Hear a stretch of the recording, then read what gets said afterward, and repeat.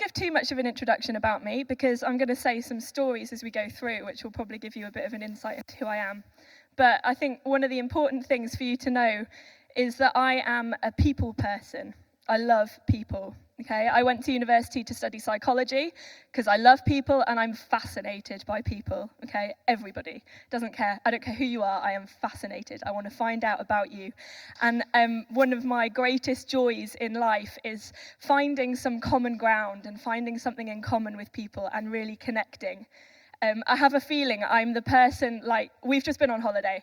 I think I might be the person, you know, when you sit on a plane and you realise the person next to you is a talker. I think I might be that person. A lot of people put their headphones in. I hate headphones. But I am that person. I really like to get to know people wherever I am. I love people. Our vicar was doing a talk recently all about how we can build community, and his wife wasn't there, but he decided to talk about his wife, and he was saying that while he's like a collector of gadgets and technology, that his wife is a collector of people, and I'm one of those as well. I love to collect people. So I'm going to talk a little bit today about our relationships with people, and particularly our friendships. So this is a point where I'm going to make myself seem really old to a lot of you, I'm sure. But I just want to say, it's really, the world we live in at the moment, it's really easy to stay connected to people, okay, than it was when I was young. So when I was at school, we didn't have particularly fast internet. There'll be people here who remember the little tune that you had to listen to before you connected to the internet. If anyone in the house wanted to use a phone, we didn't have internet. And we didn't have smartphones and we didn't have social media until I was in my late teens, really. So I didn't grow up with that access to my friends. I remember being really excited. I was a bit of a nerd, but I remember being really excited to go to school because it's the time when I would actually see my friends and be able to talk to them. We'd have really great conversations during lunchtime, break time, and then when we left school, unless we were meeting up in person or unless we were using the ancient device known as a landline, we just wouldn't communicate. But I have a bit of a love-hate relationship with how connected our world is at the moment, and particularly with things like social media. I love that I can stay in touch with all of my friends. I think one of the things that happens as you grow up is that your friends sort of disperse. You end up with friends all over the country, all over the world even. I've got friends all over the world, and I love that at the touch of a button I can be in contact with them. But I have this fear around it, because I think we run the risk of having loads of surface level and quite superficial relationships with a lot of different people, and they don't go quite as deep as we humanly need. So there's quite a lot of evidence showing that we can actually only maintain a handful, I think it's a maximum of 5, really deep friendships. Okay, and I can see this in my life because while I am a collector of people and I love getting to know loads of people, I have a really small group of core friends who are my true and are there for me whatever. That it's a really small group. But the culture we live in doesn't see it that way, and kind of we live in this culture where we're judged by our popularity, by perhaps online, our social media likes, our followers, that sort of thing. And something I want to emphasize today is that as Christians, so if you're here tonight and you say that you are a Christian, you say that you believe in and follow Jesus, we're called to live differently. And we're called to live counterculturally.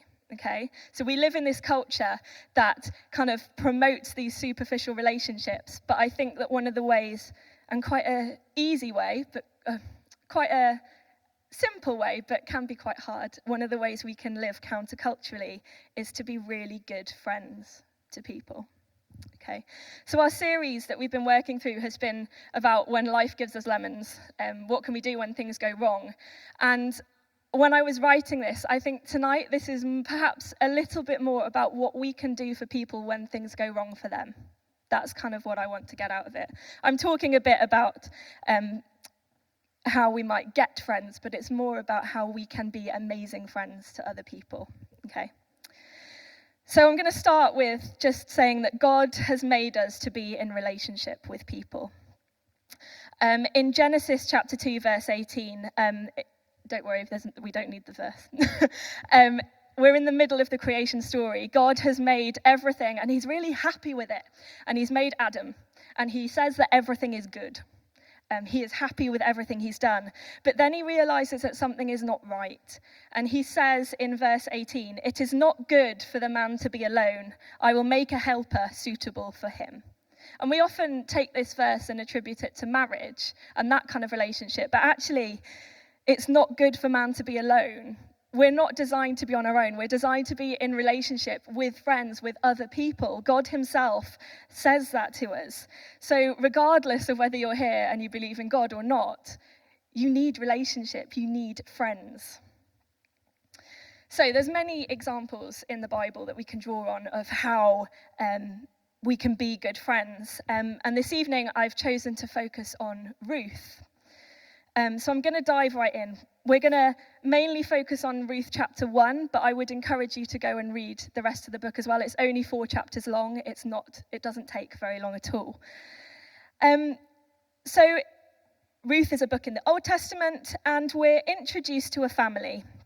And they're a family who make a move from a place called Bethlehem in Judah to Moab, and it's kind of across the Dead Sea. I was trying to think of an analogy of where it might be, but I couldn't think of one. But it's quite a long journey, quite an awkward journey. They would have had to go all the way around a sea to get there. Quite a big move. And also these two nations, so we've got Israelites living in Bethlehem in Judah, and we've got the Moabites, they're ancient enemies.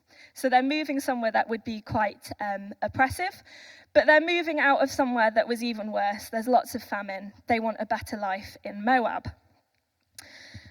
After moving, so we've got this family, after moving, the father dies. So he leaves his wife, who's Naomi, who we'll be talking about a bit, and her 2 sons. And the 2 sons get married to Moabite women, Orpah and Ruth. And then, unfortunately, both of the sons die as well. So it's a bit of a morbid start to Ruth. But we're left with Naomi and her 2 daughters-in-law, Orpah and Ruth. So a little bit of kind of historical context, I guess, but not too much because I know it's boring. But being a single woman in those days, you were kind of really low down in society. You were pretty much the bottom of the pecking order. And if you had been married previously and now were single, you were even lower, okay? You didn't have many prospects. There wasn't a lot you could do as a single woman. And reflecting on Naomi, who had moved to Moab, she was an outsider. She didn't belong there. She was living in a nation that were long-standing enemies of her people. And so she kind of decided that she didn't have much need to stay there anymore. So she decided she was going to go and move back to where she came from. But she was also quite perceptive, and she realized that if Orpah and Ruth were going to go with her, they would have the same problems. They would be single women living in a rival nation as well. And so she urges them to go back to where their families were from. So if we could have chapter 1, verse 8 up. So she says, "Go back, each of you, to your mother's home. May the Lord show you kindness as you have shown kindness to your dead husbands and to me. May the Lord grant that each of you will find rest in the home of another husband." But Orpah and Ruth kind of fight back about this. She does kiss them goodbye, but they're really upset. And they say to her, "No, we will go back with you to your people." But again, Naomi is like, "No, you don't want to do this. This is bad." And she goes on, she lists all these reasons why they shouldn't. She says, "Return home, my daughters. Why would you come with me? Am I going to have any more sons who could become your husbands? Return home, my daughters. I'm too old to have another husband. Even if I thought there was still hope for me, even if I had a husband tonight and then gave birth to sons, would you wait until they grew up? Would you remain unmarried for them? No, my daughters. It is more bitter for me than for you, because the Lord's hand has turned against me." So, I mean, she's quite convincing. She doesn't list any pros of going with her, does she? It's all these bad things, like why would you want to do this? And actually, Orpah was convinced, and Orpah did decide to go back to be with her family and not go with Naomi. But Ruth's response is different. And in verse 16 to 17, Ruth says to Naomi, "Don't urge me to leave you or to turn back from you. Where you go, I will go, and where you stay, I will stay. Your people will be my people, and your God, my God. Where you die, I will die, and there I will be buried. May the Lord deal with me, be it ever so severely, if even death separates you and me." And this is a bit that I want to focus on, because I think this tells us a lot about what kind of friends we should be. So where you go, I will go, and where you stay, I will stay. Your people will be my people, and your God, my God. Where you die, I will die, and there I will be buried. It's quite a commitment. But I think the first thing that we can learn is that from this passage is that we're not meant to be journeying alone. We're not meant to be living life alone, as I previously said. It is really important that we surround ourselves who are going to be on the same journey as us. So over the past couple of months, I've had the privilege of helping on a course called Alpha, which brings people in to explore their Christian faith and ask big questions about life. And I've been helping to lead a small group, and it's been a real pleasure. I've really enjoyed it. But I remember in the first week when they separated everyone who came into a small group, looking at our group and thinking, how is this going to work? So we had a group of teenage girls. They were 16, 17-year-olds, which is amazing that they came to Alpha. I would urge anyone to do it. It's an amazing course.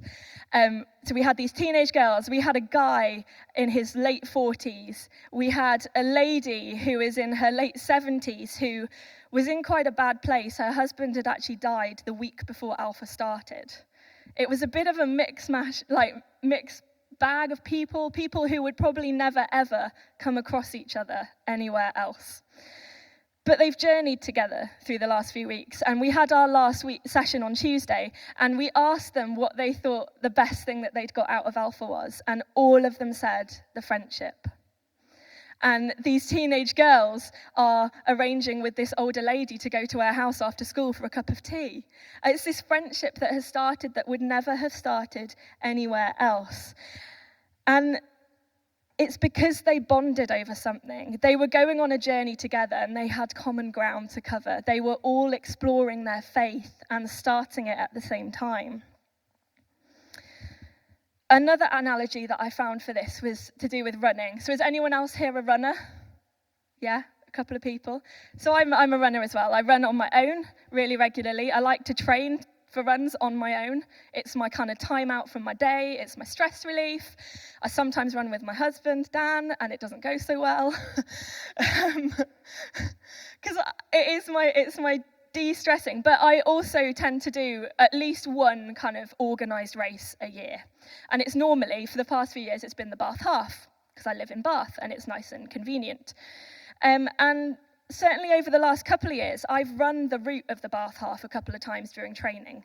And something that I've noticed is how hard it is to run that route when it's not race day. It is so much easier to run it on race day. And the only thing, I mean, it's quite a big thing, but the only thing that is different on race day is people. There are people there who are running with me. There's people on the sidelines cheering me on. There's people who at strategic points will give me exactly what I need, normally a bottle of water. But it makes it so much easier, and I think that's kind of what we need as Christians as we go through our life. Now, I am a really independent person, and I've had really long periods of time, particularly when I was a teenager and when I was at university, where I felt like I didn't need people. I didn't need church in particular. But I've been really challenged over the years, and it's a verse that comes back to me, and it's Hebrews chapter 10, verse 24 to 25. And let us consider how we may spur one another on toward love and good deeds, not giving up meeting together, as some are in the habit of doing, but encouraging one another. We should be in good, solid friendships with other people on the same journey. And if we are Christians, that means being in good relationships with other Christians. There's a word that appears in the New Testament 19 times, and it's a Greek word called koinonia. and every time it appears, it's a really difficult one to find because every time it appears, it's translated slightly differently because it's something that's really hard to capture with our language.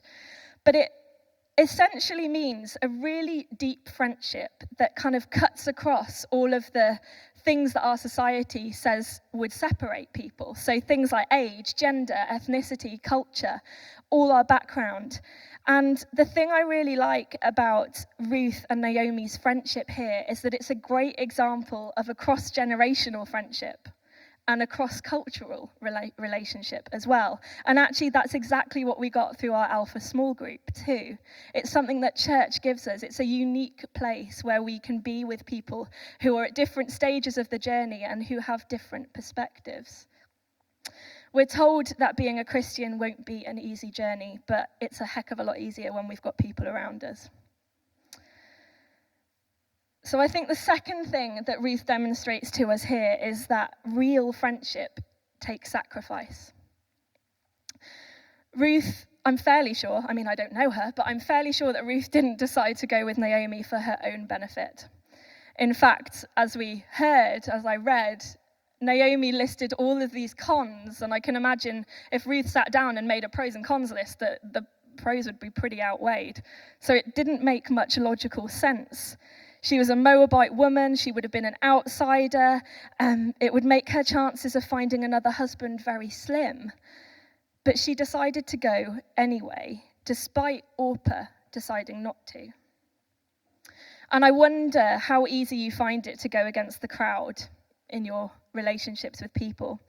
Often when someone's done something wrong or if someone's struggling with something, it's really easy to just walk away. It's often the easier option. And I have a feeling at this time that Naomi was probably not an easy person to be friends with. She was grieving for her husband and her sons.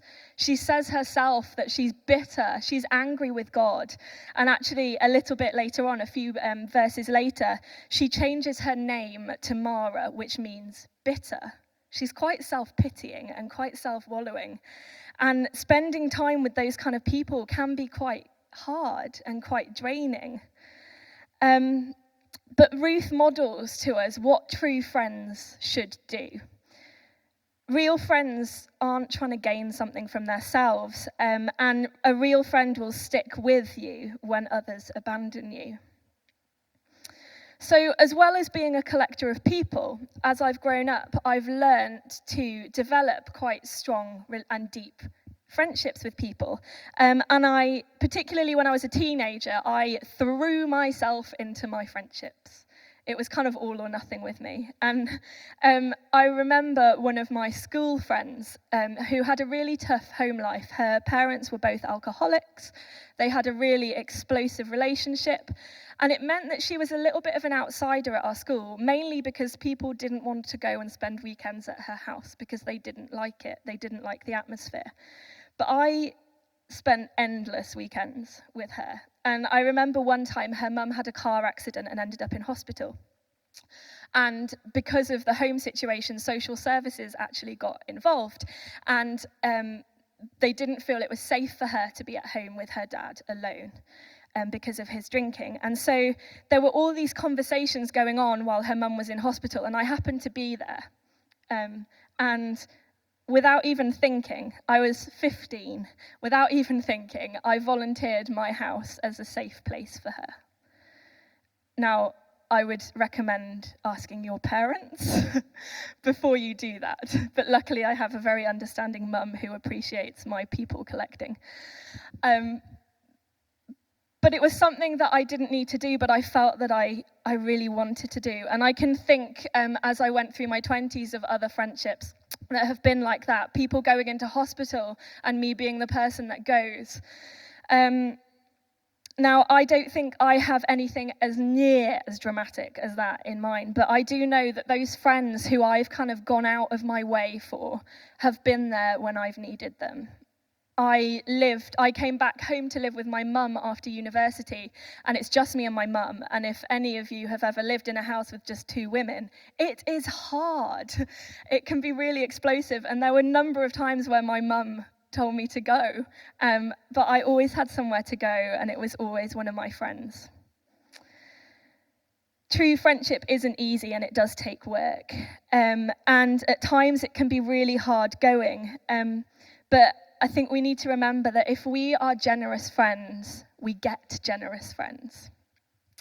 And after Ruth goes to continue life with Naomi actually goes out of her way to try and help Ruth start a better life. She goes out of her way to try and help Ruth find a husband. And as a bit of a spoiler, it is a happy ending. Things end well. And it's because of the way Ruth was a friend to Naomi. She demonstrated her character in that way. If we stick with people when they're at their lowest, then we're going to always have people who are there for us when we need them. So we need to be generous friends to other people. And then the third and my final point on this, I think, so I'm going to go to John chapter 15 and verse 12 to 14. And this is a command directly from Jesus. And it says, "My command is this: love each other as I have loved you. Greater love has no one than this, to lay down one's life for one's friends. You are my friends if you do what I command." We're called to love people because we're loved ourselves, and we're called to be good friends because Jesus is a good friend to us. And I said before, it's really important as Christians to surround ourselves with other Christians, but I actually think we have a really important job to do in demonstrating how to be there for people who perhaps don't believe what we believe. I think that's one way which we can really change the culture that we live in, just in a really small way. We should be encouraging people. And I think that rather than being satisfied with the superficial relationships that our culture wants, rather than just striving to get more Instagram followers, likes on that post, we need to strive to have real conversations with people, to actually live alongside people, to find out what's going on in people's lives. Not just checking in once a week, not just checking in through a text, but actually talking to each other. And I really feel that we need to be good friends to the people who are more difficult to love. To the people who are outsiders, the people others have left, because that's what Jesus models for us to do. Now, I kind of shared some things where I might seem like I'm an excellent friend, but there are definitely periods of time where I have real regrets about the way that I have treated people. So when I was 14, I moved from Leeds to Guernsey, and I'd had a bit of a rough time in Leeds. I didn't have many friends at all, and for me, going to Guernsey was my fresh start, and I was going to be popular. And on my first day, I was kind of put in with quite a popular group of girls. I kind of went to the sort of school where the popular girls were also the quite clever girls. I know that's quite unusual, but that's sort of what it was at my school. They were the ones that were asked to look after me. And there was one girl in my class who was a real outsider. She had really poor hygiene. She didn't have many friends at all. And I kind of got sucked into the way that these girls treated her. And I remember one occasion, this is where my school is going to sound really fancy. So we had like speech days, and we all had to sit alphabetically. And it was my first speech day, and I realized that I was alphabetically next to her. And she smelled really bad. And she had really bad dandruff. Did it matter really? But did I kick up a fuss? Because everyone else told me to kick up a fuss, I did. And actually one of my really big regrets is that I did that. I went with the crowd and I didn't reach out to her and try and be a friend. If Jesus was there, he would have tried to be her friend. So whilst Jesus did have his close group of friends who were believed and followed him, his disciples, and we need that, he also spent a lot of time with the outsiders and the people who others sort of cast out. And I think that sticking with people who others abandon is the best witness of God's love that we can give. If the band want to start coming back up, actually, I'm going to end very soon. So bringing it back to Ruth and Naomi, Naomi had listed all these reasons why Ruth shouldn't go with her, but Ruth still went. And I can imagine that Naomi's response to this was probably just asking, why? Like, why do you want to come with me? And I think when we do something differently, when we actually show an interest in people, sometimes people do ask why, and they expect the answer to be something a bit selfish, because that's kind of what we're brought up with. We're brought up to, people assume that we're wanting to get something out of everything. But I imagine that when they ask the question why, they don't imagine that the answer is just because you're loved. But what a great witness that is to people. And when we do things differently, people do start to question it. They start to ask why. They see something different. So we do need to be there and be good friends to the people that others abandon.